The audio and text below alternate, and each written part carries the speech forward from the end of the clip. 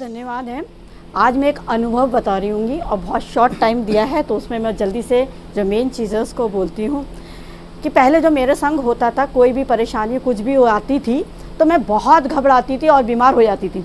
और बीमार होती थी, बीपी हाई, हार्ट बीटिंग पे चढ़ने लगती थी। कभी पास्टर साहब को फ़ोन करती थी, कभी किसी भाई बहनों को, हर किसी को ढूंढती थी कि मेरे लिए प्रार्थना करिए, प्रार्थना करिए। प्रभु का धन्यवाद है कि हम इस गहराई में गए।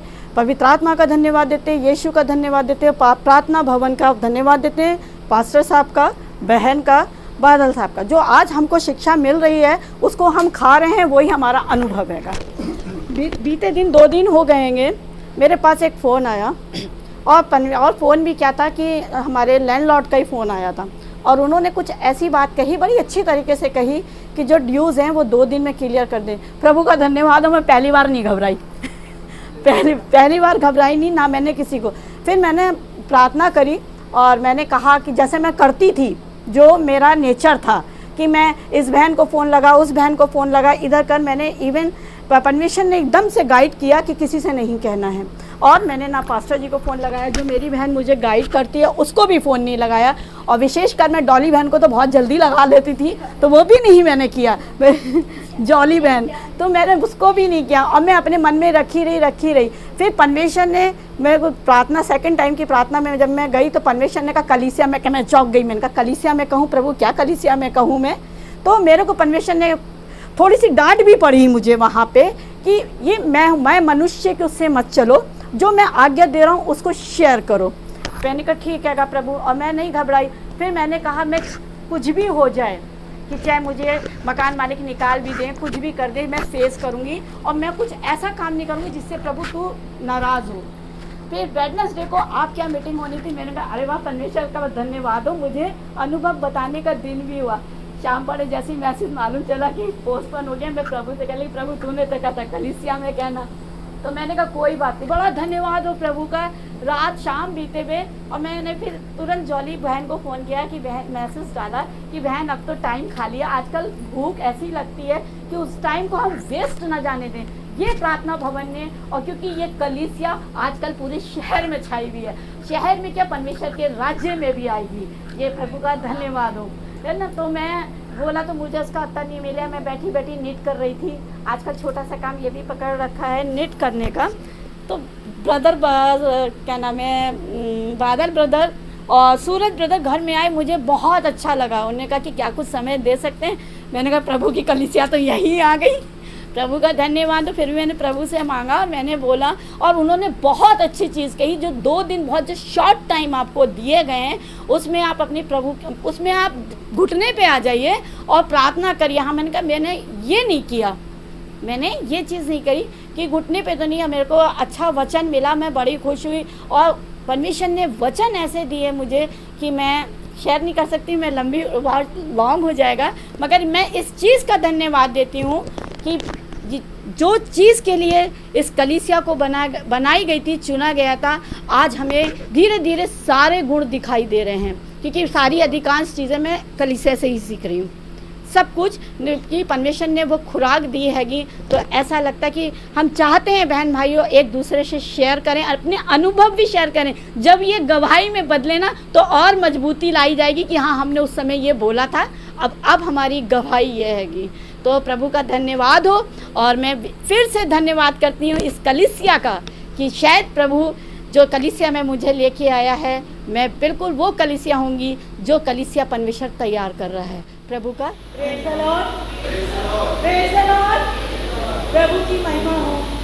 हम कुछ बोलने जाएं उससे पहले हम पाक रूम में छोटी सी प्रार्थना करेंगे। हालेलुया, धन्यवाद हो, धन्यवाद हो।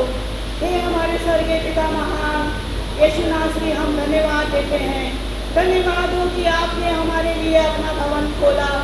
और पिता परमेश्वर, हम धन्यवाद देते हैं कि आपने हमें उस स्थान से बोलने को समय दिया, जगह दी और वचन दिया कि जहाँ हम तेरे सबसे ऊंचे स्थान पे आके खड़े होके तेरे भवन में अपने जीवन के बारे में बताएं और उस पर अमल करने वाले चलें। हमारी परीक्षाएं, हमारे विचार और हमारे संजोगों घटा देता प्रभु धन्यवाद देते हैं। बात हम आपको अपने हृदय में प्रस्तुत करते हैं ताकि जो भी हम बोले उससे हमें रास्ते पे चलते रहे। पिता पुत्र पवित्र आत्मा के नाम से मांगते हैं, सुनो ग्रहण कर, आमीन। आज का दिन हमारे लिए प्रभु यीशु का बहुत महान दिन है। दिन तो सभी महान हैं, लेकिन हर दिन की महानता हमारे लिए एक नई नई सीख लेके आती है। धन्यवाद देती हूँ पिता परमेश्वर कि हम ये ना सोचें कि जो हमारे संग गुजर रहा है हम उसमें हार गए। एक हार में एक जीत होती है। धन्यवाद देते हैं परमेश्वर का कि परमेश्वर ने इस भवन में बुलाया और अपने जीवन में जो हम बहुत बुद्धिमान, बहुत अच्छा समझते थे, लेकिन जब हमने अपने हृदयों में जाके झांका हम बहुत पीछे हैं। इसलिए हमें जब ये मौका मिला है, इस मौके को हमें सिर्फ सुन के ही छोड़ देने का काम नहीं। जैसे अभी बादल पास्टर साहब ने बताया कि हम जो हैं आगे बढ़े और हर एक समय हमारी परिस्थितियों के लिए आता है। उस परिस्थितियों में हमें हारना नहीं है। भला जो हम चाह रहे हैं वो हमारे लिए नहीं हुआ है, मगर जो हम प्रार्थना करते हैं उसका उत्तर हमें परमेश्वर देता है और हम मजबूत होते हैं। हम यही ना छोड़ दें कि हमने तो पिता परमेश्वर आपसे मांगा था हमारा घर बहुत सुरक्षित चले, हमारे घर का हर मनुष्य बदल जाए। नहीं, अगर वो नहीं हो पा रहा है तो उसको देखें, वो हमें धीरज और धैर्य की आत्मा देता है, हमें मजबूत करता है। हमें हिम्मत नहीं हारना चाहिए।